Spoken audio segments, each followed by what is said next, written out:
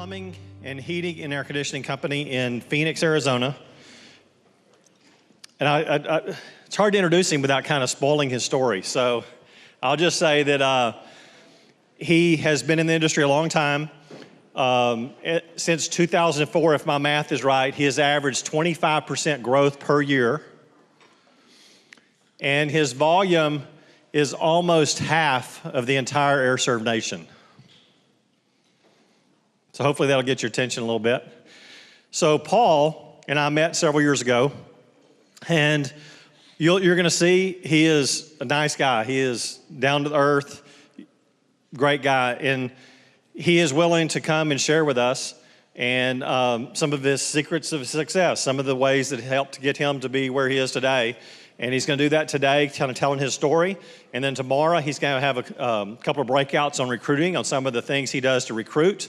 And then he's going to have another session in the afternoon for maybe some companies that are at that stage of adding that second level management. So I'm just going to let Paul, I keep wanting to say something, and I keep kind of probably spoiling what he's going to say. So I'm just going to shut up, and please give it up for Paul Kelly.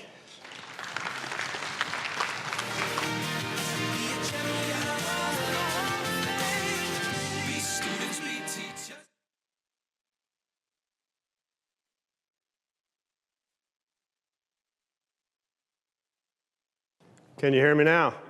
All right. So I don't do this very often. I'm more like across the kitchen table kind of guy, right? So, and usually not a jacket kind of guy either. But anyway, I appreciate what he said. A lot of people ask me, why would you come here? Why would you share your secrets? For one, I don't think there are any secrets. Everything that I do, I learn from somebody else. It's rare that I would ever have a real, original thought, right? So I steal shamelessly from everybody. As I was walking around the room and you all were gathered in similar size franchises, it's funny because everybody seemed to be talking about the same things. Everybody seemed to be talking about the same things we talk about. And so I don't think there's anything too new. And as I go through my presentation, you're probably going to look at it and say, yep, I already know that. Yeah, we do that. Maybe a good idea, but nothing that I'm going to say today will probably be earth-shattering, but I can tell you that it's worked for us. The Parker & Sons, we do heating and air, plumbing, water. We don't do solar anymore. And we name this Rethinking What's Possible. And many of you are at different levels. Some of you smaller, some of you larger, some of you new, some of you have been around a long time in this industry. It's amazing what many of you have done, and I always worked for someone. So my background is working for Roto-Rooter. I'm actually an accountant, a CPA. I spent some years in marketing and advertising. Then I wanted to do operations. So really all that really tells you is I have no idea what I really want to do in life. But it gave me a good background. And really, I didn't have the guts to do what you all have already done until 2004 when I bought Parker & Sons. And so I was kind of the guy who traveled the country and I helped a lot of people grow their business, but I didn't have I didn't think I necessarily had the wherewithal to actually own my own business. And that was a big risk to me. And so I was kind of happy doing what I'm doing. So I applaud all of you who have taken that risk and have gone through that pain and are here today to hopefully learn one thing from me. Maybe if you leave here and you learn something, that would be a good thing. So my story is, I keep looking back here, it's up here too. We grew from 7 million in 2004 to 55 million last year. And so that's some crazy growth. That's getting 20 to 30 vans a year. We're at about 200 vans right now. So some crazy growth. 37 million in HVAC. The rest is in plumbing, or we also do water softening and RO. 25 trucks to almost 200 trucks. And then 40 employees to about 280. On any given day, trust me, that can change, and I have no idea, right? There is one thing that I will tell you, one, this presentation won't last 2 hours, so you don't have to applaud that, but that's a good thing, I'm sure. But I'm going to leave plenty of time for questions because I'm way better at answering questions than I am giving a presentation. But yeah, 40 employees to 280, with 280 sometimes as high as 300, sometimes as low as 260. Things can get a little wacky, right? And it's funny, when I was walking around, we have the exact same problems you have, just at a different level, or a different magnitude maybe because of the number of. But the same stories that you have of techs who did something really stupid or goofy, or I have those too. So it used to be when those would bother me. Now they just don't bother me. I used to, when it was smaller, I used to call other contractors when something bad would happen or some tech would do something really stupid, and I would call them just so they would tell me a really bad story about something that happened at their location so I would feel better, right? And so it was like, I had this guy do, oh, that's nothing, Paul, and so it is good, other than sharing best practices and figuring out how to grow and be successful. It's kind of neat to get together just to share those stories. And I would never stand up here and tell you that I've seen it all, because probably as I'm standing up here today, somebody's doing something stupid, right? And it'll be something that I've never seen before, right? And so what's neat about in Phoenix, Arizona, a big city, about 4 million people, is we went from less than a 1% market share back in 2004 to about 5%. That doesn't sound very big. Said another way, this is how I like to say it, 95% of the people in Phoenix are not using Parker & Sons. So that to me is just a shame, is what it is. But it is amazing that in some of you are in smaller cities and might actually have a much higher market share than I have. And I'm more impressed by that when you can own a town or you can have a 15, 20% market share. That's market domination.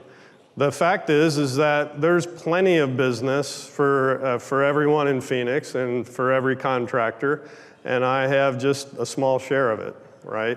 And so now that looked impressive, but I can tell you I didn't start out thinking that way, and I didn't have the advantage of coming here this morning or seeing maybe some of the stuff that was said. So some of the stuff that I'm going to say might go counterintuitive to what you might think, or maybe counterintuitive to what most people would stand up in here and say. But I did not have this plan to be a 55. This year we'll probably do 65 million.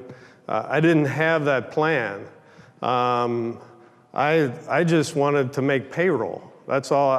When I bought it, I bought it at the very end of December, which, if you know, in Phoenix, it's a tough time of year. You're not going to scare anybody into getting a tune-up, let's say, getting ready for winter, it just doesn't get that cold, right? And so but yeah, I was worried about making payroll and getting to the summer months, or at least the spring when it heats up and we can get some no-cools.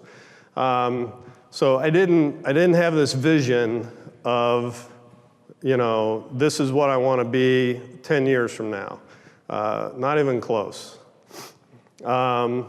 So sometimes you do something and you don't necessarily know how you did it, or sometimes even why, but you only know when you look back at it and you say, oh, that's how I did it, right? And so sometimes life is that way, and sometimes, for me, this business is that way. And so rethinking what's possible is really looking back at our growth and our business and trying to figure out, well, how exactly did we do it? I mean, a lot of people they ask me, well, how'd you do it? And for the longest time, it was like, I don't know, it just happened. And that's probably not a good answer to stand up here and tell you all. You'd probably be like, okay, he's about done. So there are some core things that I believe in, and I'll bet you that most of you believe in them too. And one of them is small goals versus big goals. Now, it's good to have big goals, but I'm a small goal kind of guy.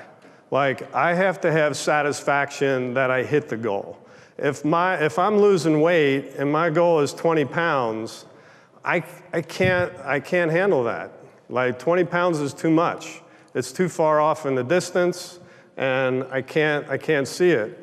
1 pound by tomorrow, I can handle that, right? And so to me and to our team, and trust me, there's 279 people that aren't up on this stage. I didn't do it alone.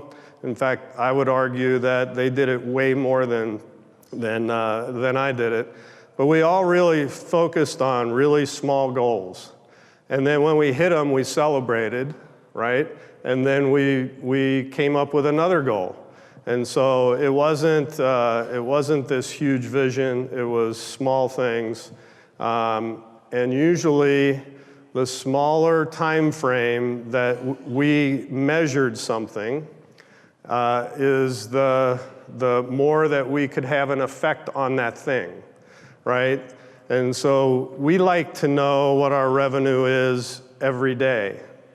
We have a daily progress report. The individual departments actually look at it almost hour by hour, because what can happen if you know you're having a bad day is you can affect that day.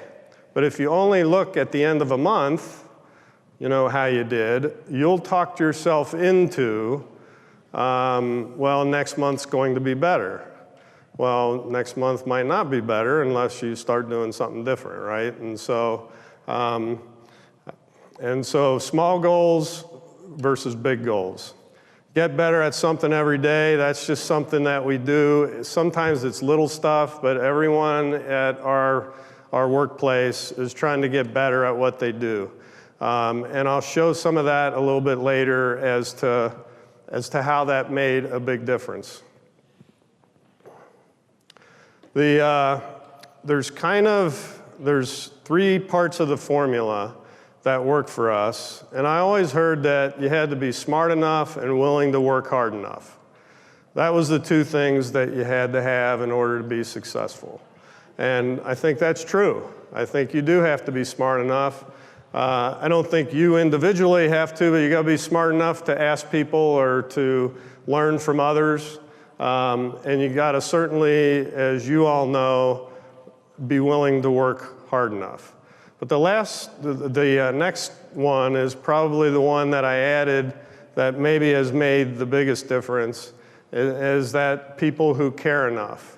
And you go to any workplace or any sports team or whatever, and I'm sure that everyone would say, do you care for the company you work for? And everybody would. But do they care enough? enough to do the right thing, enough to go the extra mile, enough to take care of each other, enough to take care of the customer. It is caring enough that makes the difference.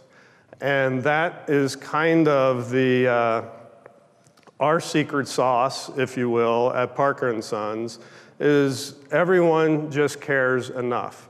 There are some people at Parker & Sons that do things that I would never do for a customer or each other. It'd be like, wow, you did that. That's crazy. And so when you have people who care enough, and you're willing to work hard enough and smart enough, then you end up having enough success. And that really is our formula. It's pretty simple. But the trick is, how do you get people to care enough? I mean, all of you are smart enough. You're willing to work hard enough. It's how do you get your people to care enough? And so we'll talk about that a little bit later. Having a system is not enough. James talked about this. You've got to use the system. I will tell you that I have looked at your system. I have learned from your system. Your system is as good, or I would say better than the system I have. The system that you all have is not some secret sauce. It's what, if you go to a seminar from any HVAC company, they're teaching this stuff. You all take it to a little bit higher level, and you certainly are a lot more detailed in your system than I was. I wish I had to visit. I probably have seen 100+ companies around the nation. For years I traveled and tried to figure out, well, what made that company successful? And then you go to another one, and what made that company successful? They're all a little bit different.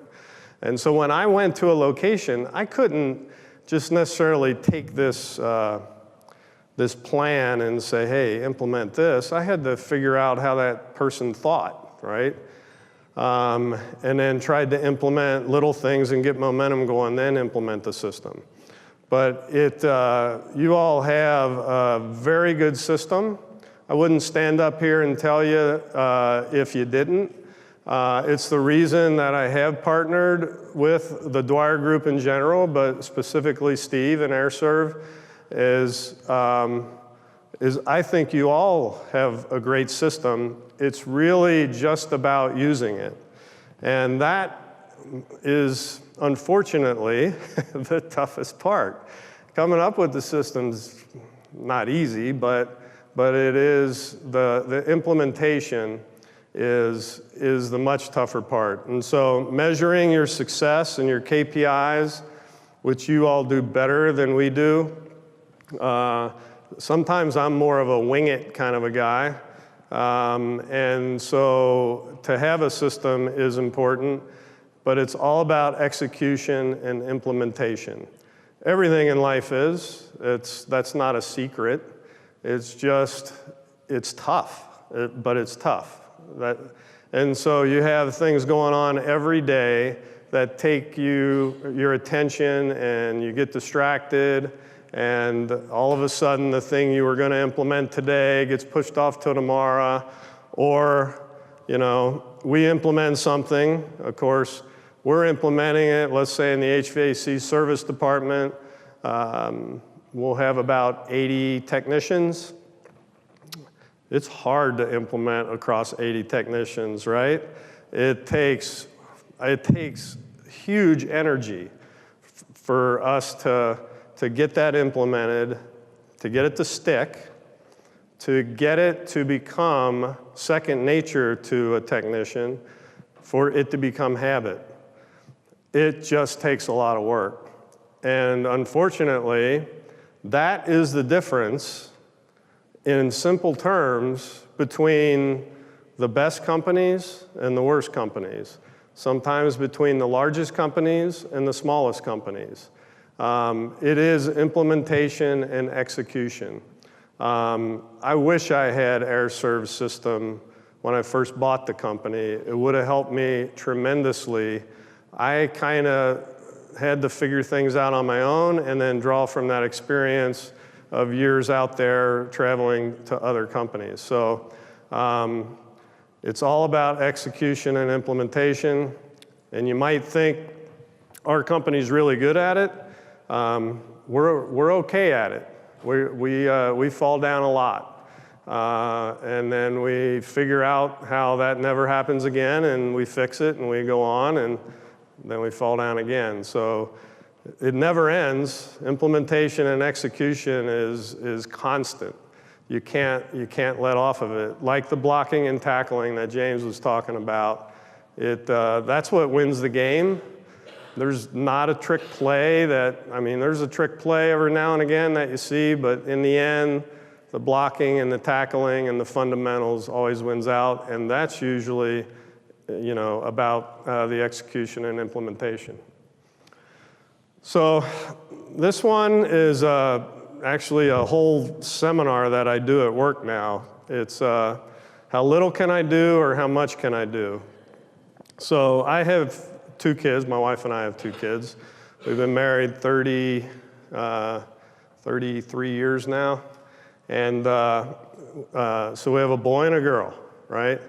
So our son was like me when he was younger. He played the game, how little can I do, and still get an A. Of course, what happens?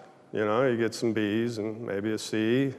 But that's about as far as it went with me, and that's about as far as it went with him. Occasional C, mostly B's. And still a lot of A's because he was a smart kid. Our daughter, much different. She always played the game of how much can I do to make sure that I get an A. So she was doing the extra credit. She was always doing her homework. She was just going the extra mile to make sure that she always got an A. Of course, she got straight A's all the way through high school. Got a full ride. And now Joshua, who played the game How Little Can I Do, he still did well. He got a half-ride scholarship, both for scholastics. But as I see this at the workplace, you probably can start throwing names in there of people at your work who play this game. What's interesting about us is that when we get a new employee,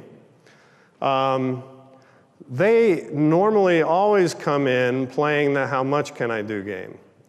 Our best technicians are normally our newest technicians, not our most experienced, our newest. The most highly productive ones are our newest ones.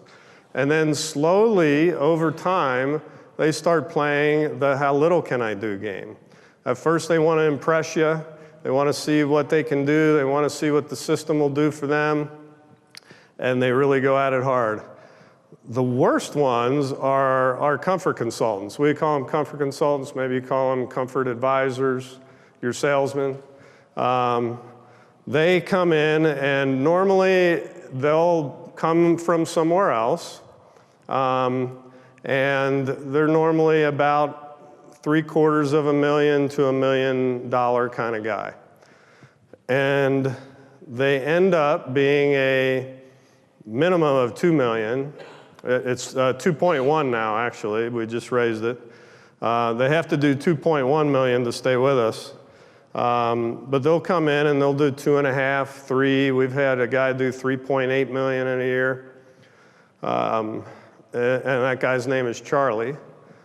Guess what Charlie does today? He doesn't do 3.8. He struggles to do 2.4, 2.5. Now what happened to Charlie? Of course, if you ask Charlie, is it ever Charlie? Of course not. It's never going to be Charlie.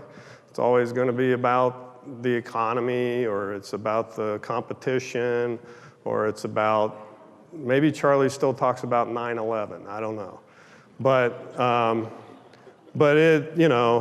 the hardest thing to do is to go outside yourself and look back in and see yourself how you really are. That's tough, right? So Charlie's just one of those guys where, and you can tell certain things they say will trigger to see if they're playing the game, how little can I do? So if you ask Charlie, hey, Charlie, do you still do this? He'll say stuff like, well, I use that when I need to. Really? You used to do it all the time. And so when I need to translates, oh, you're playing the how little can I do game. I got it. How little can I do and still make the sale? And guess what? You can still be in our company, you can still be a 2.0 or $2.5 million guy, but why don't you just, you're already there, why don't you just play the other game which seemed to work for you, right?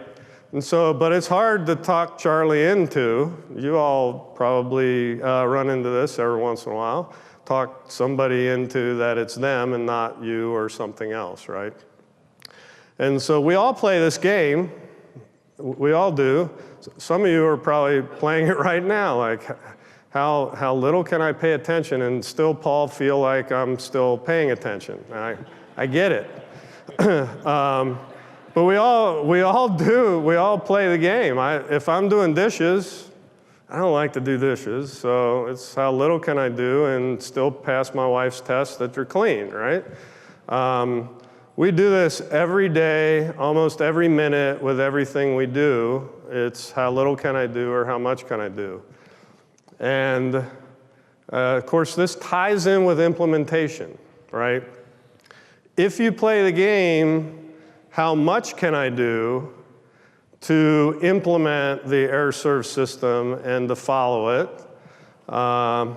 then you will end up doing way better than how little can I do and still do well and implement some of this, but I'm going to skip this part and that part and this part because, you know, that's kind of tough or that's hard or I don't think it's as important.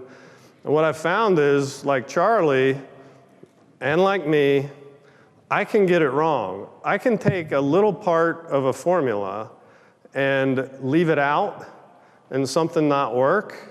And I think it's a little part, but it happens to be the most important part, right? And so as I've traveled and visited probably 100 different companies, if you ask them, hey, are you doing this?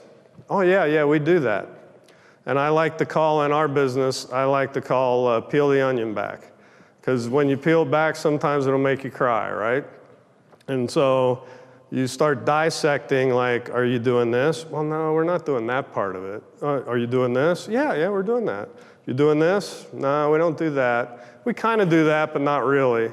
And then all of a sudden, then you end up with something that doesn't work, and you're trying to figure out why, because you think you're doing it. And what we find at Parker & Sons is if something's not working, it's not because the system doesn't work. It's because somebody's missing an ingredient or two or three or a bunch, and they're playing the game, how little can I do? And so the neat part is you don't have to do it alone. You have AirServe and their team, and what I would tell you is you have everyone in this room and some that aren't who are great people to learn from. If I know anything, it's because somebody taught me, or I was smart enough to just ask a bunch of questions, or go to dinner with somebody who knows a lot more than I do. I was telling Steve about a company the other day. I thought we grew a lot, and we did. But I knew a company that is in the Northeast that went from 57 million. The next year they did 75 million. The next year they did 99 million. The next year, last year, 120 million. So like, I think we grow a lot. It was like, I can't even imagine growing like that. That just seems crazy. So what did I do? I didn't dismiss it. I had the guy to my location. I've been to his. I'm picking his brain. Guess what? That guy thinks way different than I do, right? he has things figured out that I don't. And so now I'm not proposing that we all grow like that, right? Because the wheels can fall off, right? You never want the wheels falling off. It's okay if they wobble every now and again, but falling off's a bad thing. But I learned from him, right?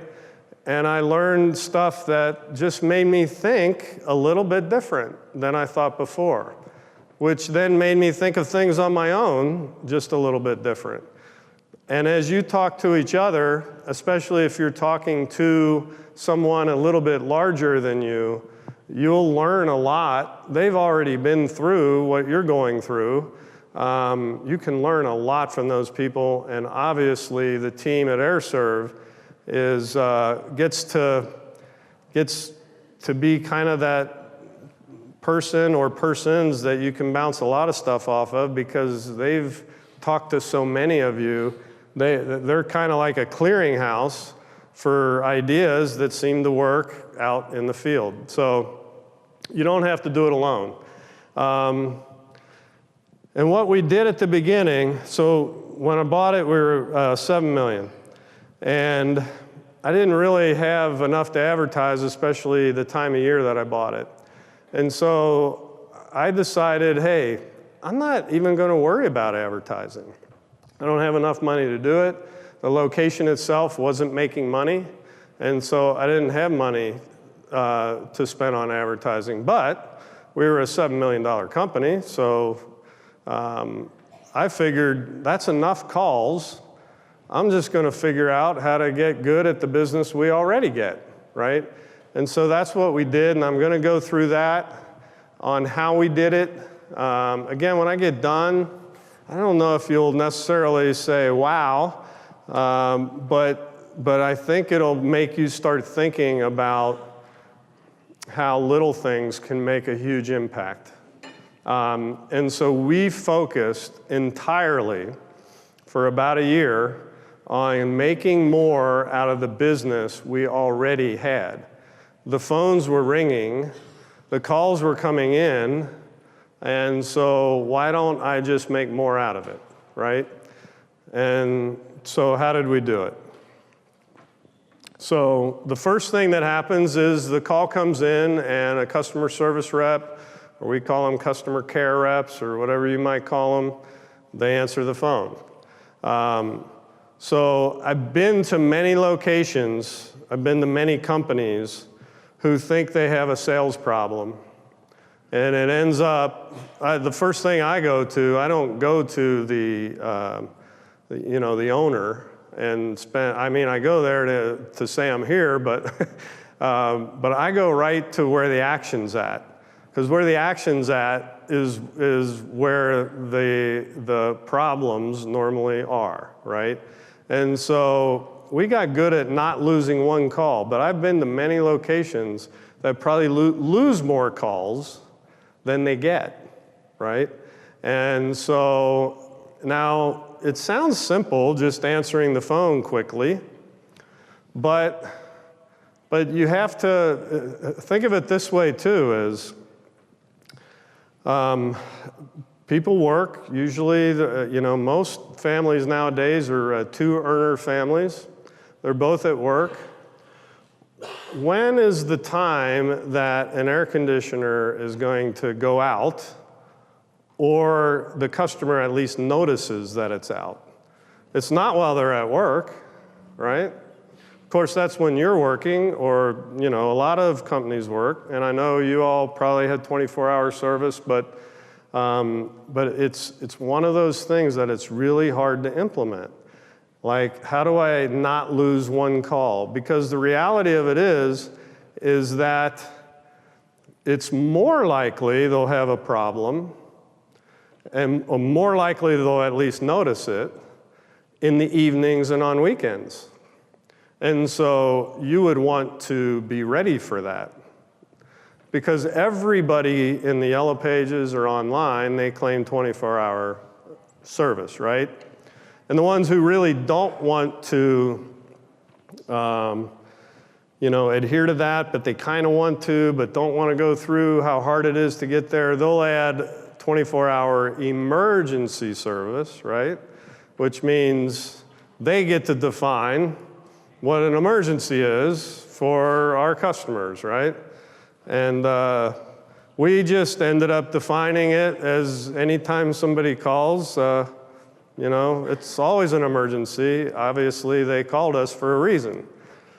But not losing one call. And so, when you're not answering, when you're not open during the day, and you maybe can't be open 24 hours a day, you have to have a great answering service. Well, trust me, we've been through some answering service, and sometimes any answering service, because of turnover or whatever, does anywhere from a really good job to a not so good job, right? And so you have to monitor that and make sure you're not losing one call. Now, I know you all, I think, have an answering service that you all recommend or use. I would recommend, sometimes the hardest thing to do is let something go, but if you're going to have calls answered at night, make sure it's by an answering service who answers it timely, who does the same things that you do, that they treat your business, and then overcoming objections. How do you, so now I'm on the phone, how do you make sure that I book the call? Because you spent a lot of money to get the phone to ring, you might as well book the call, right? That's when all the good things happen. And so overcoming objections is something that you have to train towards and always train towards. And so one of the common ones, is, hey, how much does it cost to come out? As most no cools or no heats start off with a service call, or that's what we believe. They don't wake up one morning and decide, hey, it would really be neat if I bought an air conditioner today, right? Nobody does that, right? It's a grudge purchase. It's a have-to purchase, and it starts off normally with, hey, it's not working. It's a no-cool. So how much does it cost to come out? So we have a script, right? Scripts are a good thing. It doesn't mean you always use them. It doesn't mean you want them to read off of it.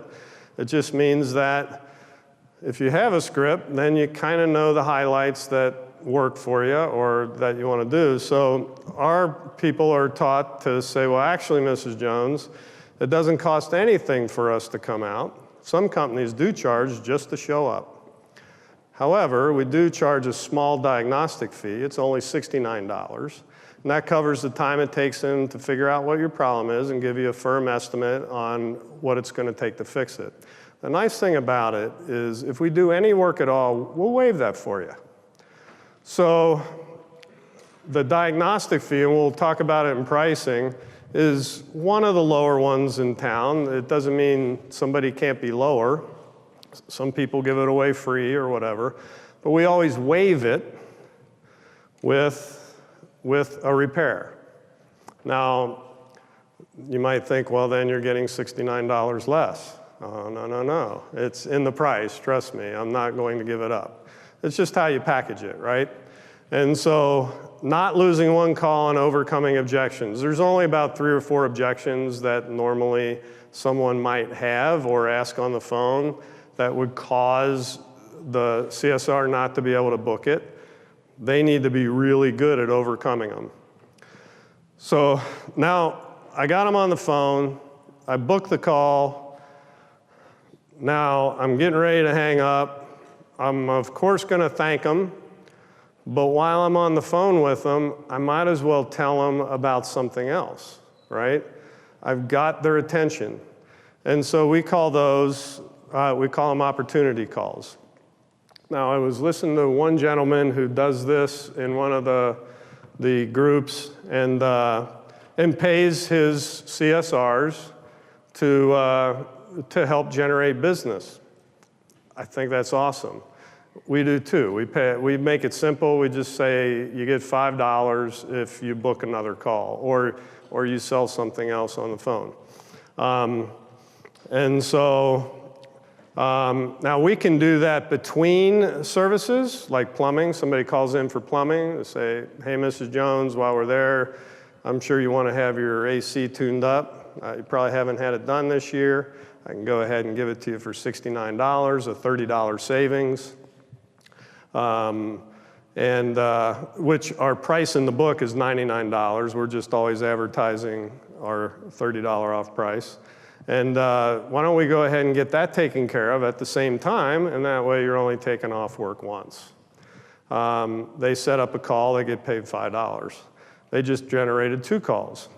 We can do it within HVAC too, which you all can do, is we use our tune-up. So if somebody calls in for a no cool or a no heat, we would go into, hey, Mr. Jones, while we're there, you probably haven't had your system tuned up. Besides just looking at what the problem is today, we would suggest you go ahead and get it tuned up. It's only $69, a $30 savings off our regular price. We'll build in a little extra time for him to do that. And the nice thing about it is, once we fix your system, we'll go ahead and waive that diagnostic fee of $69. We happen to have it at the same price. So it's almost like you're getting the tune-up for free, right? So now, guess what happened to my average ticket? It went up $69 because I'm doing a lot of tune-ups at the time that they're there to fix a problem. What happened before? Before 2004 when I bought it, no cool. It's a capacitor. Replace the capacitor, out the door, on to the next call, right? Didn't even look at the whole system potentially, right? And so the tune-up helps slow them down, and they've got to do a 40-point tune-up. Guess what happens besides raising the average ticket $69? Guess what happens when you force them to do a tune-up? They're more thorough, and they end up finding something else that they can recommend, right? And so sometimes the average ticket doesn't go up $69, it goes up $150, $200, $1,000. On average, maybe another $75 or $100. Now I'm $169 more in revenue for each call than I was before. And that's how we started to get good at that. We call them opportunity calls. There's all kinds of opportunity calls. Sometimes we'll go after what we call, I don't know what you all call it. We call it a Parker family plan. It's our maintenance agreements. Our CSRs will sell them on the phone. And then they get paid for those as well. So what happens with the CSRs? They start making a lot of money. I have a CSR that made 80 grand last year, just answering the phone.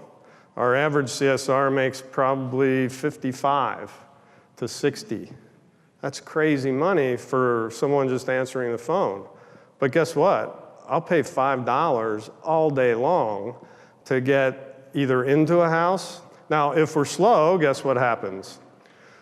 If it's slow, they start calling out to our customer base, right? And trying to get a tune-up or whatever. They get paid $10 for that if they land that, because that's not somebody who called us. It takes a little higher level of salesmanship or whatever. And so we end up with, it's rare that we would ever lose a CSR because they make such great money. So that was part of our formula. So the technicians, obviously closing each call, so they have a choice when they show up as well. They'll either do some work or they won't do some work.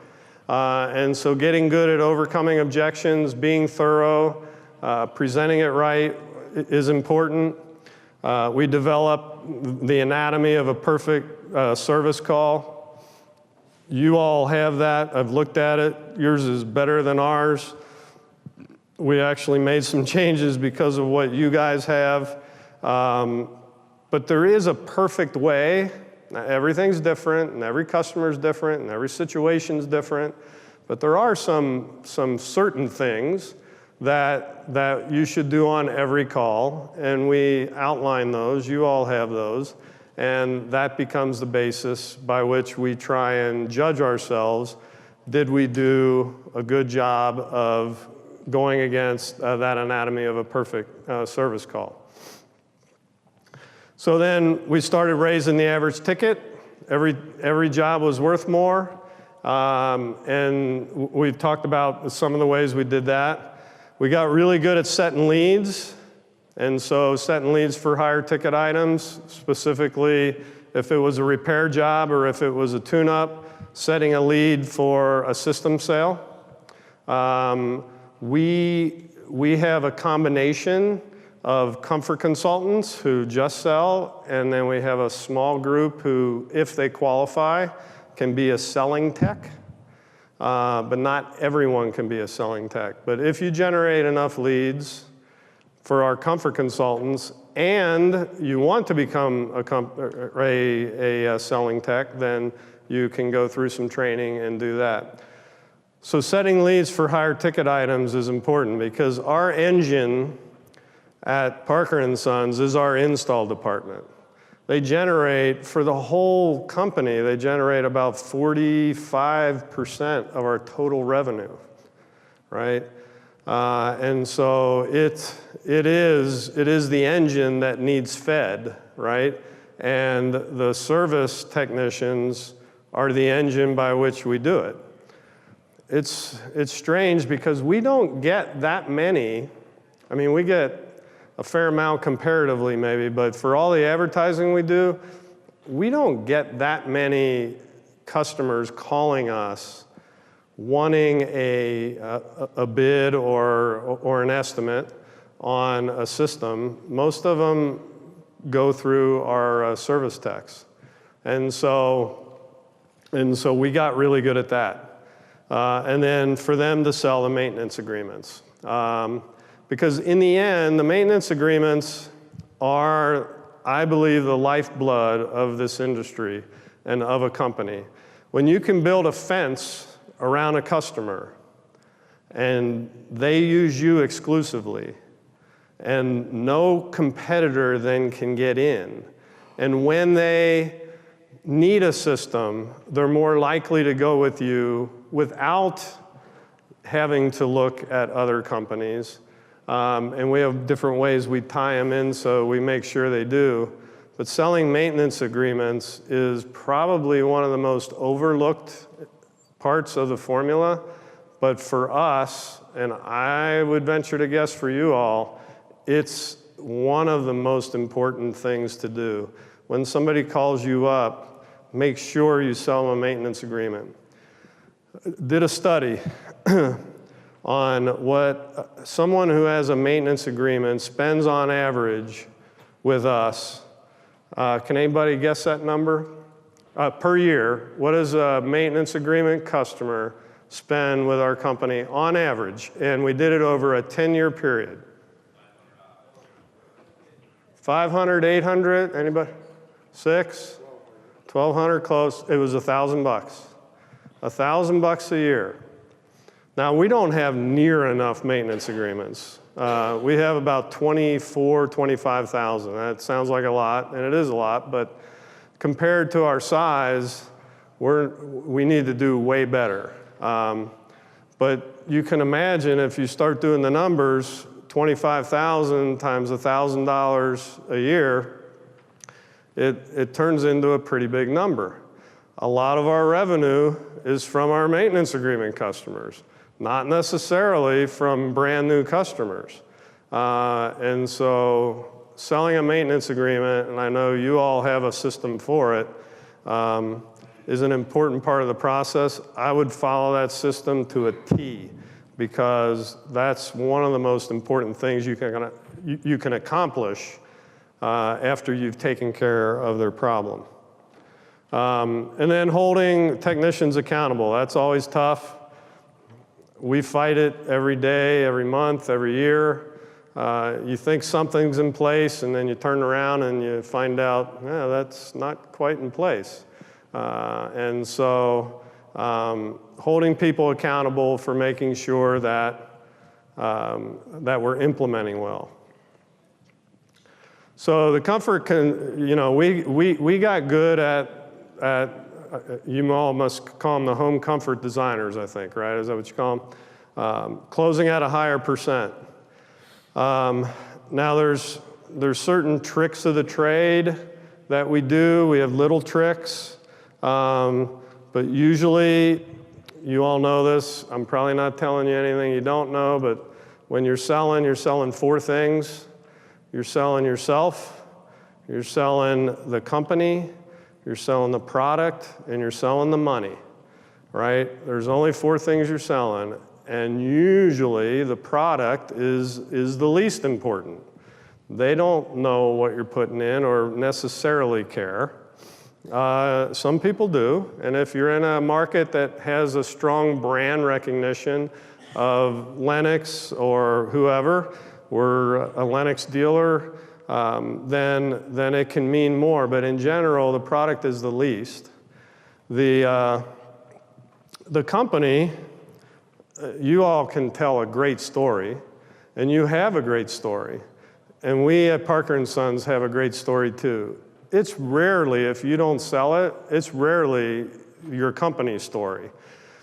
If you don't have a good company story, then shame on you and shame on the comfort consultant for not telling it. But most people can tell a great story if they're a great company with great people. It's usually, so then we're down to money and you're selling yourself. The money gets skipped over way more than it should. And so what I tell our comfort consultants is, we're down to two things. Now, which one aren't you doing well? They either don't like you or you're not selling the money right. So which one is it? And so at that point, they only have one choice, don't they? It's not going to be them. It's got to be the money. So the money has two parts. The money is, why do I need it now? And how do I pay for it? Right? That's the only two parts of the formula. And the why do I need it now is sometimes the hardest part.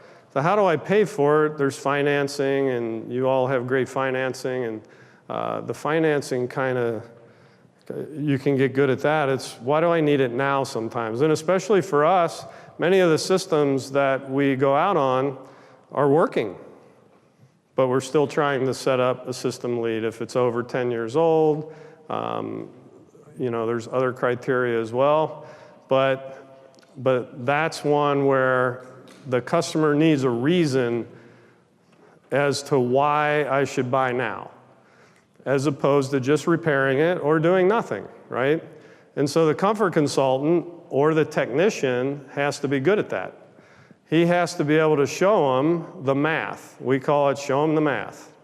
And it's the math that makes them want to do it. Of course, the math is simply, without going through it, it's what is your monthly investment, the financing payment, minus your monthly savings, which is going to be your utility savings, as well as any repair savings, an average of repair savings, as well as any other savings there might be, taking into effect any utility rebates or any federal tax credits. It's that number. And so it doesn't have to be, $10,000 for the system. It doesn't even have to be $240 a month on your financing payments. It can be $35, right? $35 as a net investment is way more attractive, right, than $240 a month or $10,000. So we got good at closing at a higher percentage. Close higher dollar, we got good at that. Selling accessories, selling higher SEER units. And then we started off when I was at Blue Dot. So I worked for Blue Dot for a number of years. Blue Dot was a consolidator in the HVAC space and plumbing. And back then, I was VP of sales and then ended up being VP of sales and marketing at the end. But if you were a $1 million comfort consultant, like you were the guy, right, or the lady. You were somebody that was at the top of your game, and so we had a club. If you were one, it was the $1 million club, and we didn't have that many people in it. And so I thought when I bought the business, $1 million might be a good number to start at to say, hey, you got to sell $1 million. So that's what we did. We set it at 1 million. And so this is the smaller goals. We didn't say, hey, sell 2.5 million or 2 million or 3 million, because a comfort consultant, including myself, would be like, you know, that's ridiculous, right? But maybe they were at 700,000 where they were, or 800,000. Selling $1 million's not that big of a jump. If you break it down into what you got to sell per week, it's nothing, right? And so people can swallow little bites. They have trouble swallowing swallowing an elephant. And so, or isn't that a line like, how do you eat an elephant? One bite at a time, or something like that. So 1 million, then 1.2, then 1.4. Now we're at 2.1. That's slightly outdated. And so that's our minimum. If you can't sell 2.1, you're not going to sell. You're not going to be a comfort consultant. Everybody gets over a bar when they know where the bar's at, and they know there's an expectation to get over it. They seem to get over it. And so we set the bar. We kept resetting it each year, and in little bites. Of course, we sold value, and then we had certain tricks of the trade that we did. Trying to think of one real quick that I can give you an example. We have a lot of them. I'll give you one we do. Well, one trick that works for us really well is when our comfort consultant is leaving the house and he hasn't sold it, he's got to call in. And just calling in makes them want to sell it a little bit more, right? Now, when they're calling in, they're talking to our install sales manager, and the comfort consultant's kind of describing what's going on. So I'm here with Mrs. Jones. She's interested in a 15-SEER variable speed, da-da-da-da-da. Gave her a price of $8,200. She's got some other bids, or some other companies coming. Before I left Mrs. Jones, I just figured I'd call in, and I wanted to make sure that there wasn't any last-minute specials, any scratch and dents that we have, anything that I might not know about. I just want to make sure before I leave Mrs. Jones that I'm aware of everything. Yep, you're aware of everything. But I'll tell you what, we just had a job that moved from tomorrow to 2 weeks from now because they had something come up, and we're looking to fill a slot tomorrow.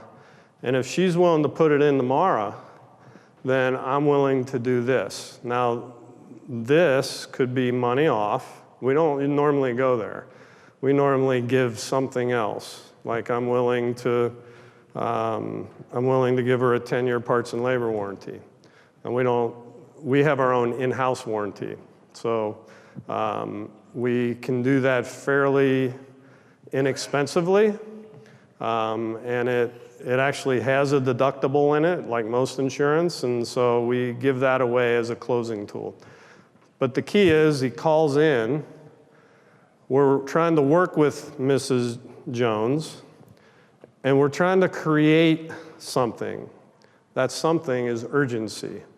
Why would she want to do something right now, right?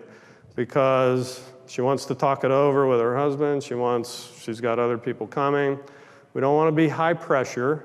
But at the same time, we know we do have an opening for tomorrow, or I wouldn't have said it, and I want to fill it. And so that's a little trick. I got other things like that that we employ to help close a sale. Be happy to talk at a break or dinner or tomorrow about some of them. But having some closing techniques and tools is important. So this is one that really gets me kind of fired up a little bit, is who should pay for, like, if you want to do something in your business, who should pay for it? Should it be you? I'm not. If Exxon wants to build a new power plant somewhere, do you think they're just coming out of their profits to pay for it? Their rates are going up, right? If the utility company needs to build something, the rates are going up. If somebody wants to do something, the customer ends up paying for it. That's how people stay in business. You have to pass the cost of doing things on to the customer. If I want to try some advertising thing that I've never tried before, and it's kind of risky, and it's a little bit of money, I'm not going to make a decision to do it without making another decision. That decision is, we're raising prices, because I got to pay for it somehow. And so I'm not going to pay for it. The customer has to pay for it. If it's so good for the customer, why wouldn't they pay for it? And we should only be doing things that are good for the customer anyway. So if I need new trucks so that we're more reliable, so that people can see us, so that we're more recognizable, builds our brand, whatever it is, someone's got to pay for it. And the customer ought to. Who should pay if you need to add another layer of management? You need to hire a supervisor. You need to hire another salesman. You need to hire, I know tomorrow we're going to talk about going through levels, various levels.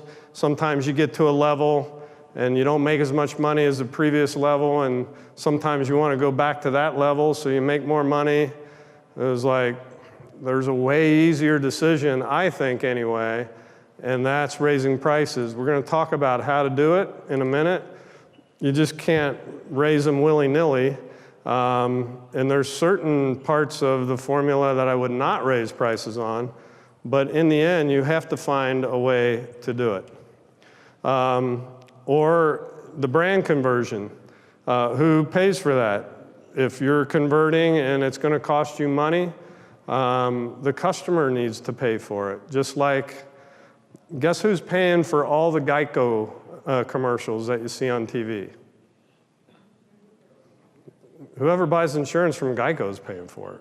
I mean, that's who's paying for it. Everybody, and so it's one of the things that when I'm talking to somebody and they'll say, well, we can't afford to advertise. It was like, yeah, I get it, but hey, what about your pricing? Have you raised pricing? No, we really can't raise pricing. We're at the top already. It was like, well, and some of my best friends are competitors in Phoenix. They can walk in our business and walk right past the receptionist, sometimes walk past my office and talk to people. I love sharing. When I share, like here, I start learning more. I start thinking through. If you want a technician to get good at something, have him teach it. You know, if he teaches it, he'll get good at it. One of the strategies we do, I'm getting off subject here, but one of the strategies we use if we want a technician to get good at setting up leads is and let's say he's mediocre, we'll have him teach a new guy how to set up leads. Now, why would you have your mediocre guy teaching your new guy how to set up leads? Guess who's getting good at setting up leads? The new guy might not, I don't know. Maybe he will, maybe he won't. But that middle guy will start to get good at it because he's got to. And he's got to show off. And guess what? He feels good about himself too. He's like, hey, I must be pretty good at this, you know? They're having me teach. And so, but all that costs money. And so, you know, I believe the customer should pay for it, and we'll talk about raising prices. As I traveled the country, it's one of the most, or the biggest mistakes that I see any contractor make, and I'm not just talking about HVAC or plumbing, I mean any contractor, or any small business for that matter, is they feel like they can't raise prices because of, and they have their reasons. But then I can tell you that in Phoenix, Arizona, and Clayton used to work for us, we're not the cheapest in town. We're near the top. Might not be the highest, but we're near the top. How are we able to charge much more than somebody else? Is because we give value for it. It's worth it. People see value in it. And I got to charge that in order to do the things that we do. If I want to advertise, if I want to have nice trucks, if I want to, you know, promote people, if I want to, you know, build that next layer of management, it all costs money. And shame on us if we do that and take a step back in profit. I don't think no matter what level I'm going through, whether it's stage 1 and whatever you call it, or stage 5, I'm going to make more money at each stage because I decided I was going to, because I'm not going to work as hard, and I don't want everyone who works for me working as hard as they do, and us not make money. That's crazy. So, how do you set your prices? Competitors' prices is one way, a cost plus. Has anybody set pricing based on what a salesman tells you? Gosh, I hope not, right? You can ask customers. You can, but what's the best way? Out of those 4, let's say. Anybody got an answer? Increase value, that's how you increase your prices. You have to provide more value sometimes. Sometimes you're providing way more value than your price actually reflects, and you don't need to increase any value. But the thing I wanted to point out here is that way too many people try and compare to the competition, to other companies, and they set their pricing based on that. Because they think that that's what the market will bear, which is another way of really saying that you're going to let your competition determine what the price in the market is, which is not what we do at Parker & Sons. And so you've heard probably, if you're either a price leader, you're a price follower, if I raise my prices, so does everyone else. We're normally, you know, much higher than many of our competitors. But you have to make money in the end, and there's no right answer here, really. You should look at your competitors' pricing. You certainly have to make money, so cost plus is a big factor. Whatever formula that is for you. It's good to listen to salesmen. You know, sometimes, especially the ones that you trust, because they can tell you some things that are going on in the market. You can certainly ask customers, but there is room to increase prices. And so I would say to set your prices, make sure you're making the margin that you want first, and then look at the other things, competitors and all the other things. And so normally there's always room to move, and we'll go through a little bit of that. So you have some lost leaders. What are some of the lost leaders in the HVAC industry?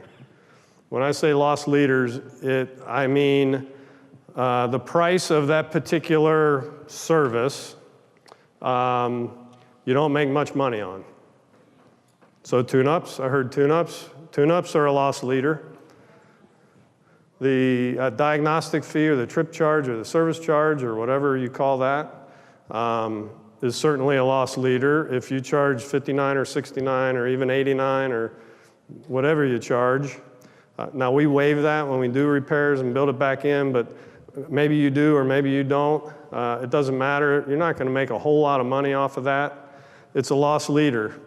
You will never see, or I've never seen anyway, I've never seen McDonald's advertise a special on Coke and fries.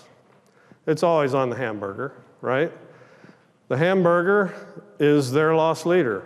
It's what everyone seems to gravitate towards. They know you're going to eat the burger. You might want fries, you might not. You might want a Coke, you might not. But you're coming in for the burgers or the sandwiches, and so they're competitive on those, and then they make their money on the Coke and fries. You have so many examples of this in so many industries.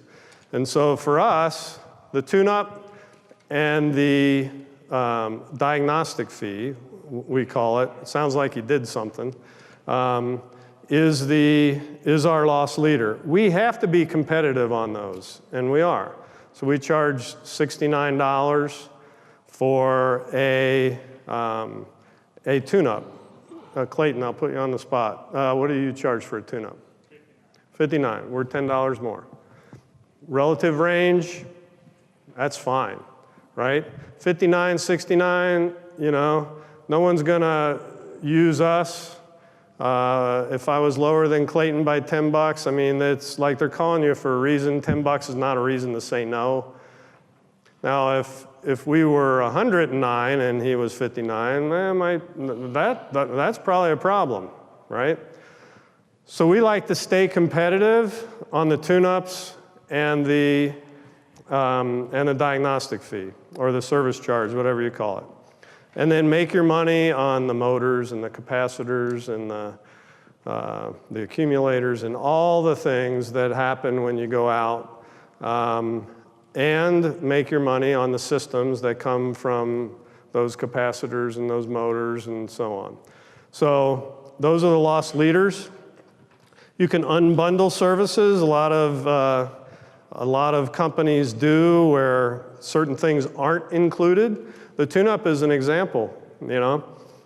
Some companies bundle the 2 pounds of Freon. We clean your coils. We do this, that, and the other, and they bundle everything together and then charge $139.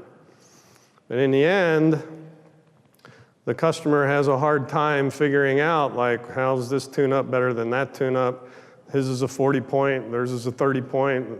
You can get crazy with the numbers. You can come up with 100 points probably if you want. It doesn't make your tune-up any better. It just makes you have more points, I guess. But bundling and unbundling can either be a good thing or a bad thing.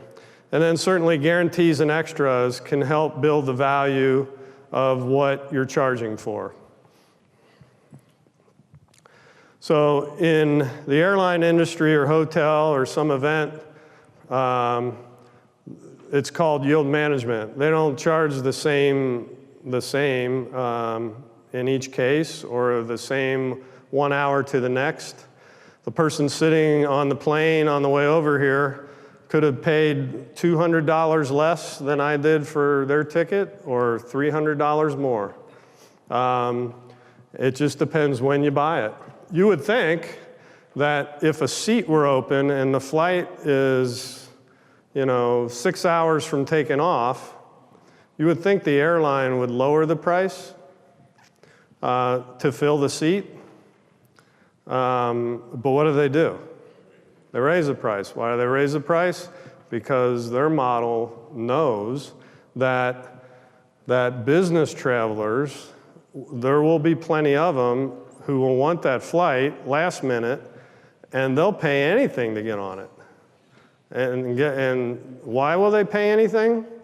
Because they're using OPM. Does anybody know what OPM stands for? Other people's money. When you spend other people's money, it's way easier. And so anyway, yield management. And so we use yield management to our advantage when we have openings in the install department for tomorrow. We can adjust our pricing. We can throw in stuff. We talked a little bit about how we do that. But we really go into the mode of making sure we get that business. Because in the end, thank you. What are you supposed to, what's the most important thing about filling the board tomorrow? What's the most important thing about that? What's that? There you go. Having work for your guys. I think a few of you said it. That's way more important than anything, is making sure they get their hours and they're able to put food on their table. And so, so what theoretically could you sell that job for if you had to? How much over cost could you sell that job for? You could theoretically sell it for $1 over cost, right? The $1 goes to cover your overhead. It doesn't go very far, obviously. But that's $1 that you had that you're not going to have if you did the job. But of course, you don't want to sell it for $1 over cost. And you want to, you never want to sell it for less than what the customer is willing to pay for it. And that is comparing what your competition pays for it as well. You never want to sell it for less than what they're going to offer. And so, because in the end, we believe at Parker & Sons that the customer will always want us to install it. It should only be about the price, because we win all kinds of awards for the installations and what kind of company we are and how we stand behind it. We have the best guarantees, and we do all kinds of things. They for sure, and if you look at our install, it's as good or better than any install in town. We take great pride in it, and I know some people here do great installs as well that are in Phoenix, but we take great pride in that. So we feel like the customer would always want us to install it. It should only be about the price. And so it's certainly easy to ask the customer, you know, price aside, who would you want installing this? And get some feedback and ask why. But yield management is important. And the trick for a comfort consultant or as a manager is knowing when I need to discount it and when I don't. Because if you discount everything, it can get ugly when you get your P&L or you look at your bank account, right? And so you always want to sell every job at full book when you can, and something less than that when you need to. And the art is figuring out how to do that. I won't go through all of that today, but that's kind of a formula that you need to figure out. We practice yield management and calling code reds. We call code reds when the install board is not full enough. We call code reds when the service board is not full enough. A code red to us is, hey, we're not going to have a good day tomorrow, or we're not having a good day today unless we do something different. And so that's when we call out. That's when we start working with our comfort consultants closer. That's when, you know, we try and bring those jobs in. And we talked about the salesman calling in. So now that you've capitalized on all the calls, and that's what most of this presentation was about, is how do you make more out of the business you already get? Because if you're able to do that, then you have enough to advertise. And I am no genius on advertising. I study it, I like it, I can be creative about it, but you all know the phrase, you know, if somebody asks you what works in advertising, you know, most of us really don't know what works. We try and lead source. We try and figure out what works and what doesn't, what our highest cost per leads are, what our lowest. And we do that, but in the end, sometimes you can't tell. We don't know exactly if TV is working or which TV is working. Radio, it's tough. But in the end, you have to advertise if you want to grow a lot. And word of mouth will take you so far, and that should be the basis by which you grow. But you're not going to, if you want to fly through some stages and get bigger quicker, you get enough so you can advertise, and then make sure you know what you're doing in advertising. So the things in advertising that work, they work flawlessly. They're consistency, longevity, and diversity. The same message over a long period of time, over a number of mediums, tends to work. The problem is that all three of these together are expensive. They're expensive to get. And usually the average contractor can't afford consistency, longevity, and diversity. They might try radio, and they do it for 2 or 3 months, or maybe even 5 or whatever, and they come to the conclusion, well, that didn't work. So they try TV, and they do it for a little while, and they're only on one channel because that's all they can afford, and they say, well, that didn't work. They might try the newspaper, and maybe that didn't work. And where does everybody end up? It seems everybody ends up in this glorious place called Google pay-per-click, right? Where everyone gets to compete every day, virtually every minute, on a level playing field, fairly level, and bid on a click. Whoever bids the most gets the click, right? And so that, to me, was always a recipe. That's a game we have to play. That's a game you have to play. But if that's your only game, then I would argue that long-term, that's not a game you're going to win. In fact, you build nothing, or you build very little when you do Google pay-per-click. Google owns that space. The click that you got today might cost way more tomorrow. That doesn't guarantee you anything in the future. And the click that used to cost, you know, $2, $3 a click is now $20, $30, $50 a click. Every market's different. We can pay as high as $60, $70 a click. Maybe our average is in the, 20 range, 15 to 20 range for a click. And so I always thought that's a game that you can't win long term. And I want to play games that I can win at. And so consistency, longevity, and diversity. And so we do TV and radio. We certainly do internet. We certainly spend way more energy in this day and age on social media and on our online reputation. No matter whether we like Yelp or don't like Yelp, you still got to deal with it, right? Whether you like the BBB or don't like the BBB, you still got to deal with it. And so these are all things that we spend a lot of time and energy and money trying to make sure we manage. And then we do things for a long period of time over a number of mediums. And so in the early days, I didn't have a lot of money to do advertising.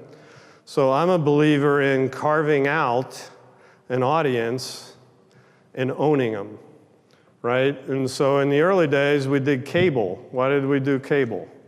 Because cable you can zone, right? And then cable, I can try and dominate in a fairly inexpensive way this small group of people. And then once I think I have them, and I have more money, then maybe some more people and some more. But we always tried to dominate whatever we did.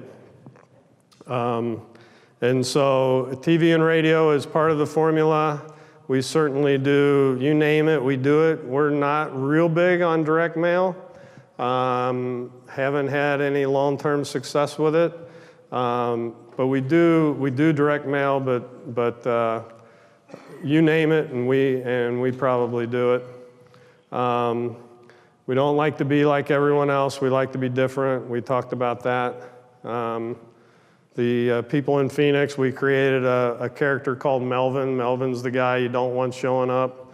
He happens to be our warehouse manager. His name's Jerry, but Melvin is that guy that does stupid stuff, much like I do when I'm at home trying to fix something. And so anyway, people can identify with Melvin. Sometimes a character like that works. Sometimes you have your own character. Sometimes it's a jingle. Sometimes it's a phone number. Whatever it is, pound away at it. Pound hard on it, and don't let go of it. So, how long have I been talking? Way too long, right? Any questions at all? I'm here for you guys, and I hit on some highlights that worked for us. I can tell you that it's mostly about implementation and execution. It's not about some secret sauce that I have that you don't already have. You have it in your experience. You have it in the AirServe model and what they've built. And so you have a leg up, and you all recognize this when you joined. You have a leg up on competition because of the system that you have. It's just really all about implementing it and learning from other people.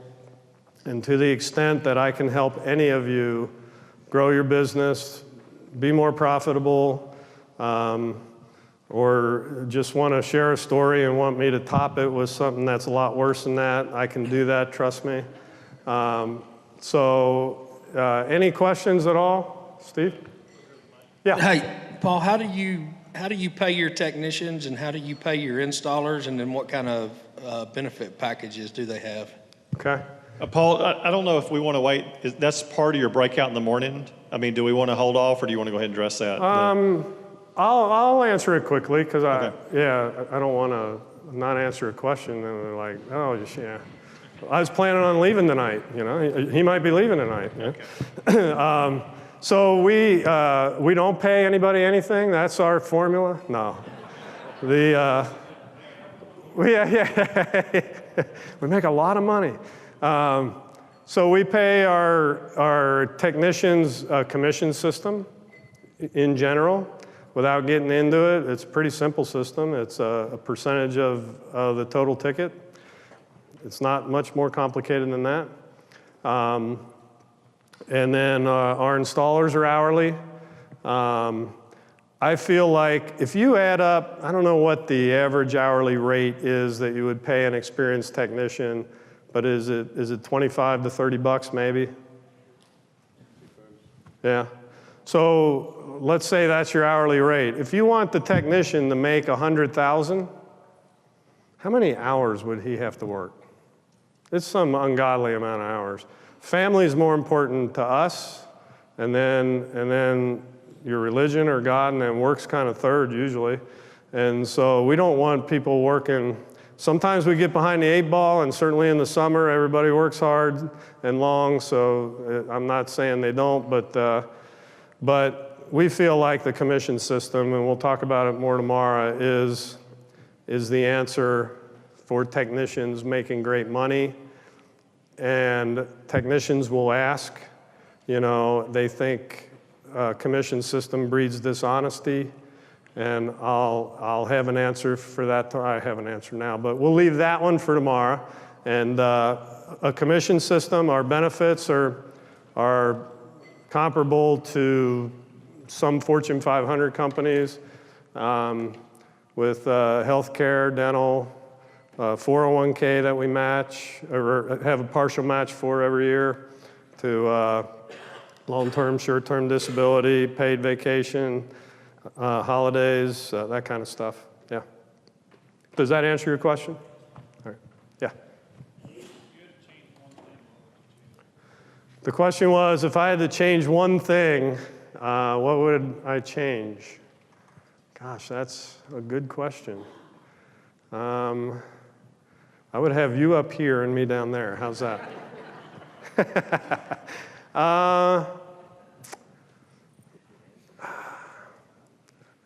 I'm going to give you an answer because I never let myself off the hook.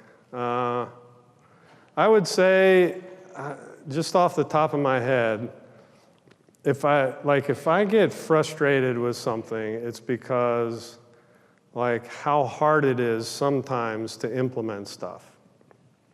And so sometimes I just want to tell somebody to do something and they do it. But that doesn't, and most of our people are fairly young in this industry. I mean, to get in 160-degree attics, I mean, it's not something you necessarily want to do when you're even 40 and above, but 50, 60 and above, it's like my hat would go way off. I would have a heart attack if I had to do what they did. So it's a young man's sport. I look at myself when I was younger, and I what's important to them and what's not sometimes. And if I had to change something, it would be, for me personally, it might be to accept a little better that that work is not the most important thing, and that you just have to deal with it. I'm a fairly low-key person, so good news doesn't excite me, bad news doesn't excite me, but I'm constantly frustrated in one way or another because something's not implemented really well. So I would say if I could change one thing, it would be but you can listen to that tape, and the answer you'll find out is, the secret to success is you become what you think about. You become what you think about. And so if you think about how you're going to grow your business and you're going to get to that fourth tier, and that starts to consume you, where you can't think of, you just think about it a lot. You don't have to figure out how to do it. You just think about it. That's what I did. I just started thinking about it. Like, how do I get better at it? How do I do that? And I just thought about this business all the time. Then what happens when you think about it, you start talking to people and you start learning from people, and all of a sudden you start doing something different. It's almost like it just happens. But you become what you think about. And if you think about how to make money and grow your business, you'll make money and grow your business. If only you don't think of 100 other things simultaneously, right? And you start to concentrate on getting good at something. If you want to be a better father, you need only to think about it a lot and figure out how you are a better father or a better husband or whatever it is, or making money. Some people like to make money. I was never one that cared. I'm not a toy guy. I don't have boats and I don't have stuff. I like working. And I like when other people make money and they're able to do stuff for themselves.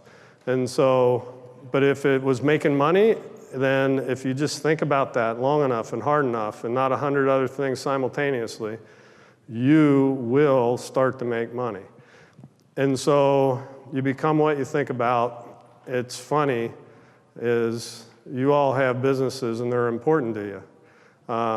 And they're important that you came here, and you all will be successful if only you concentrate on it, you work with AirServe, and and you don't do 100 other things or try and do 6 other things at the same time. Normally you can do 2 or 3 things well. When you start adding that third or certainly the fourth thing, something else falls off. And I certainly have seen that in our business. When we were growing so much that in the beginning, our percentage of profit was pretty high. And I'll share what it was. It was about 15%. And then as we grew, it got less and less and less and less and less. And it was like, geez, well, Pete, this isn't, and it doesn't mean we weren't making more money. It's just the percentage started to go down. But I never really cared how big we got. I just cared that we did a good job and got better at something. And then, but that was our focus, was to grow and how to do it and how to support it. And then one year, we all decided as a team, hey, we're gonna start making more money. And so we had gotten down to maybe 9%. And in one year, we got up there. And what it was I implemented a profit-sharing plan at the company where everyone could benefit from us making more money. And then everybody, it wasn't OPM anymore. It was, hey, this is kind of our money too. And we started thinking on all kinds of things on how to save money and how to grow our business, because there's 2 parts of the formula. And so but I couldn't probably, I'm not skilled enough to grow the business and do that. I got to do like one or the other. So like we might grow for another number of years and our percentage might go down a little bit, and then I'll take a year off of growing and then I'll, I'll go the other way. What other questions? So what are you spending on advertising as a percentage? This is not indicative of the industry. And so we spend about 4.5%. Most companies spend, spend 8, 9, 10% is not unusual. When I first bought it, we were spending 7 maybe. And over time, we've been able to ratchet it down. We're actually going to go the other way a little bit this year and spend a little bit more as a percentage, and put a little more weight out in the market. But yeah, we took great pride in trying to figure out how do I get my cost per lead down as low as I can, and be happy to share some of those ways we did that. But so that's what we spend. Yeah. Do you put money aside for taxes every month? Your tax level is probably pretty big. Yeah, let's not talk about taxes. Yeah, no. The question was, do I put money aside for taxes? Yeah, in a sense, I do. We're an S corp, so the taxes flow through to me personally. Some of you probably are set up like that, maybe not. And so yeah, I've got to make sure enough stays in the company so that I can take a withdrawal at some point to pay the taxes or whatever. But yeah, we kind of watch that.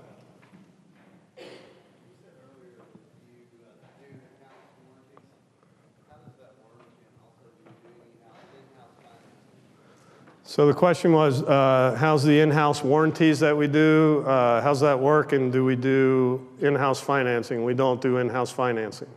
I wouldn't say we would never, but that's not on my radar at all. Whole nother level of sophistication and a whole nother level maybe of money too, right? The in-house warranty is something that most of you all are probably pretty familiar with what happened in the industry with manufacturers' 10-year parts and labor warranties. They used to sell them fairly cheap if you negotiated and had enough volume, you might have even got it cheaper. We weren't paying very much for them. But then what happened was the industry woke up and figured out that the claims were starting to mount higher than the premiums that they had charged for. And why did that happen? Well, when the recession hit and times got tougher, contractors in general got a little better at putting in claims on the 10-year parts and labor warranty, whereas maybe they weren't as good previous. And so the manufacturers started to have a much higher rate. And so they ended up raising, well, first they ceded off, many of them ceded off that book of business to another firm that handled the claims. But in general, a couple of them filed bankruptcy. And then since then, some of the even old contracts have changed in form and function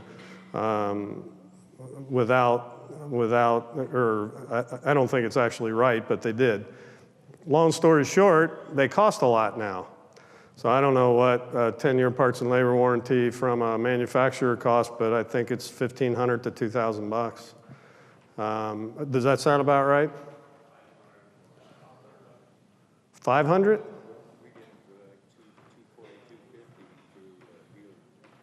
240 with, yeah, without a deductible or with a deductible? Without a deductible, all right. Or I'm going to buy from your guy. So we started our own in-house. We have a deductible. So I'm making about what I would get paid if I have a repair on the labor. And then the parts get reimbursed. And so we have an in-house, a 10-year parts and labor. Started that a handful of years ago. It works well for us. We use it as a closing tool sometimes. So does that answer your question? Yeah. The state doesn't cause you to prove that money? No, it's not in Arizona. It's not an insurance product like a home warranty or whatever it might be. And I know that from my Service America days and doing service warranty stuff. But yeah. Yeah, you need to make sure that anything you do is appropriate in your state according to your local laws and everything. So. Did you always pay your guys straight commission? And No, yeah. did you notice a difference in average ticket from when you switched as well? Yeah, so the question is, do we always pay the commission system to our tax? The answer is no. When I first when I first bought it, all of them were hourly. And so I decided I wanted to be commission. That's the hardest thing to do is convert them, right? So I made it easy. I said, look, we'll figure out both ways, commission or hourly, and we'll pay you whichever one's higher. Would that be fair? Anybody want to do it? Well, some are skeptical even then, like, oh, he's up to something. But I had 3 or 4, like, yeah, I'll do it. So and guess what? The 3 or 4 that did it were the higher producing techs. It always works out for them better. And so we did it. We figured it out both ways. They made a lot more money under the commission system. I never, ever made anyone who was on hourly convert. Never made anyone. Now, when we were hiring people in, we didn't have an hourly for them anymore. It was just commission. And the other ones could stay hourly or can convert whenever they wanted at their own discretion. And so over a 2-year period, they all converted. The last one is our supervisor now. His name's Tony. He was like so dead set against commission because he thought it bred dishonesty and whatever. And then he came to me and said, I want to switch to commission. It was like, Tony. It was like, really? And so anyway, when you mess with people's pay, you're messing with their lives, right?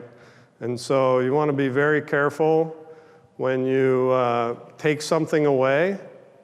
You also want to be careful when you add something, because sometimes they can get just as suspicious, even though it's a positive thing and you're not taking anything away.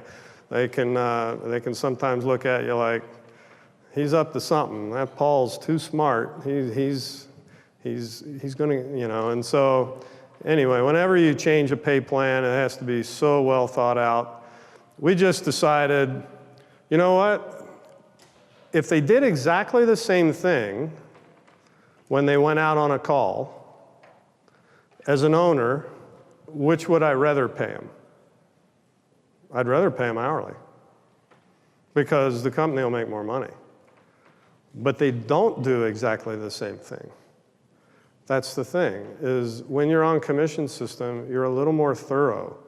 It rewards you for being an experienced technician. You know, you don't have to take 4 hours to change out a condenser fan motor. You can do it in, 30 minutes or less. It's, and so it rewards you for what you know. And in the end, our formula is I want to be the highest paid. I want our technicians, our CSRs, our accounting people, our warehouse people, I want everyone in our company to be the highest paid in town as to what they do, not because of any other reason than I think they deserve it, as long as they perform at a certain level. And if you're performing at the highest level, then you deserve to get the highest pay. And so we expect people to perform at a very high level, and we're willing to reward accordingly. And the commission system is just one way. We'll talk about tomorrow some other ways that we reward the technicians, but that's just one way that we reward them for the right behavior. And we'll talk tomorrow about how we make sure that they're not taking it too far, right? I got one more. Yeah. What's your labor percentage on installs, and what is your labor percentage in service and maintenance? So the question was labor percentage on install. Boy, you're getting into some really good questions here. So only because I'm an accountant, I know this. So our labor as a percent of sales on the install side for the installations is about 8.5%. And for the service side is about 26, 27, can be as high as 28%. Yeah. What are some of the things you do for customer retention? Well, the biggest thing we do for customer retention is those maintenance agreements. You actually, you bill, we're going to see them twice a year. There could be, nothing better than that. On every service call that we run, we do a mailer to them and throw in some coupons for the next service, throw in some accessory stuff. Maybe we're having a special on something, that kind of thing. We have a inside sales, call it telemarketing. We only call our own customer base. We never call outside of the customer base, but we call them to remind them of things. Your tune-up is due, or that kind of thing. Customer retention, the average customer uses an HVAC technician how often? Anybody know? What's the average customer use your service? Twice a what? Twice a year. The average customer uses an HVAC service twice a year? Once every 3 years? Did I hear that? That's about right. About once every 3 years. Now, if they're inclined to get a tune-up, yeah, and they have a maintenance agreement, but that's a small percentage of the population. The small percentage gets a tune-up, an even smaller percentage of that is a maintenance agreement customer, right? And so the trick is not necessarily to convert the tune-up, to talk someone who's not a tune-up person into getting a tune-up. Sometimes the better strategy is taking the people that know they need a tune-up to get a tune-up from you, and then converting them into a maintenance agreement customer to take them off of the market, right? What other questions? Yeah. On average, how many service calls a day does your company run, and how many per technician? Number of service calls a day varies widely, but anywhere from 300 a day at the low end to 500 a day at the high end. What was your second question? And on average per day, how many does each technician? Oh, then how many does each technician run? So in our slower months, like this would be a slower month, he's going to run about 3, sometimes 2.5 to 3. They're almost all going to be tune-ups. I mean, there'll be some no cools or no heats. This time of year, there's, it's normally not hot enough to get a lot of no cools, and it's not cold enough to get the heats. But in the summer, they'll run, our number is 4.5, no more than 4.5. Now, obviously, you can't run a half a call, right? So it's an average. There are some guys a little faster. If they stayed in a fairly small geographic area, they can run 5, sometimes 6. We feel like what you don't want is you don't want technicians just blowing through the call so they can get to the next call so they can get home on time. I get it, but that's not what you want. You want them to take care of that call, be thorough, make sure we're not getting the call back. You're probably doing a tune-up as well, and so we'll have anywhere from 3 to 6 in a range, with 4 to 4.5 being the average in the summer. Yeah. Phoenix is large. I see your trucks from one end to the other. Do you have zones for your technicians, like they don't leave a certain zone? Like that? Yeah, so the question is, do our technicians kind of stay in a zone? We cover the whole, metro area, so to speak. Yeah, they all have a zone. And for the most part, they stay in the zone. On any one day, they can go out of the zone. Sometimes the guy has to go from east to west or west to east because of the number of calls we're getting. But for the most part, we keep them hopefully in and around the area they live in, but certainly in an area for the most part. But again, I wish dispatching were more an exact science, but the fact of the matter is that things happen every day that you just have to, you have to send somebody somewhere even though it doesn't make that much sense. The key to that, if you're a good dispatcher, is don't just tell the guy he's going from here to all the way over there. Tell him why. Tell him you're sorry because you should be. And they're okay if they feel like you're a little sympathetic about the situation. Because on the commission system, you're not getting paid to drive, right? So anyway, but does that answer your question? Okay, last question. Who was it? Yeah, yours. Yeah, I'm sorry. Last question for Scott. Now, is that on performance pay or piece pay or whatever you call it, and hourly pay, you get technicians, they're competitive. Oh, this guy gets off in good service calls. Right. And I get the tune-ups. Yeah. So his opportunity's better, so that's why his KPIs are better. Right. That's why his. You've been talking to my techs, haven't you? Yeah. Yeah. So the question was do you ever get he gets all the good calls since they're on commission, and I get all the tune-ups, and hey, it's not fair, and the dispatcher's running me around, and show of hands, anybody ever heard that?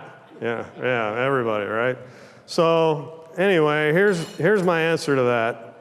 Is one, yes, it happens at our work, and to some extent, and I heard this from someone today. I mean, I'm not invited.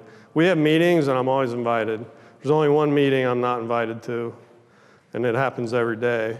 And those are the parking lot meetings, right? And so, I mean, you try and keep a pulse, and I have my own technicians that are my ear to the ground, not just the supervisors, but I got to be close to technicians too. And sometimes the dispatcher isn't doing a good job. So my first line of defense is this.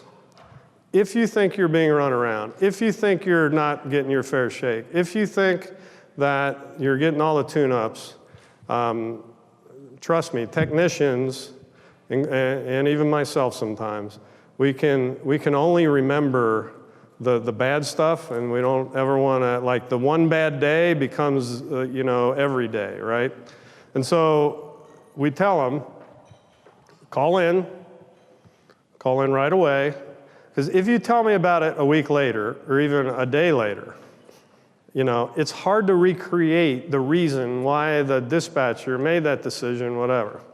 Call us right away, we'll research it, and we'll fix it if it's broke, and thanks for pointing it out. And if it's not, we're going to tell you, here's why they did it, and by the way, we add it up, and you get just as many. If there is an inconsistency, let's flush it out. Let's not run from it. If a dispatcher's not doing a good job, shame on them, we'll do a better job. And so the first key is, tell me right away, and then I can research it. If you tell me later, you've lost the right to complain about it, because I can't fix it. I can't recreate the situation. And then the second thing is this, that I would tell any technician, yes, your livelihood is heavily influenced by the dispatcher. It just is, Just like some of the people that report to me, their careers and what they make is heavily influenced by what I do, right? And so if you think that somebody's getting a better job, why do you think that is? Is it because they take any call from the dispatcher and they don't complain and they whatever? Is it, and so really start treating, usually the people that complain are the complainers. They complain about everything. And I always tell them, if dispatch influences what you make, then you should be nice to the dispatcher. You should, it's okay to be nice, right? Or that's what my mom said anyway. And so but I will tell you this, and I believe this thoroughly. Has anybody ever heard that you should never play favorites? You've heard that, right? I say, always play favorites, as long as it's for the right reasons.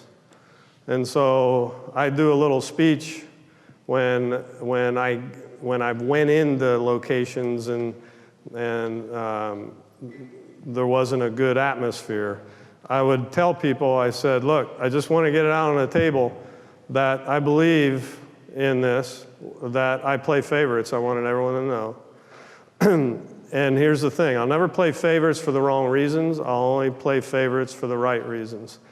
But I'll treat everyone fairly. That's what I'll promise you. And because if I treated you the same as everyone else, then that might be unfair. And I'd be playing favorites for the wrong reasons. And so playing favorites is a good thing. Has anybody ever played favorites with their kids? I mean, nobody likes to say that, but I have. Would I treat, if my son, I had two good kids. If my son was he's not, so don't, you know. But if he got terrible grades, never did his homework, was a drug addict, whatever, and my daughter was a straight A student, always did the right thing, whatever, would I treat them exactly the same? Of course not, right? One would have privileges and one wouldn't. And that's what I believe in at work too.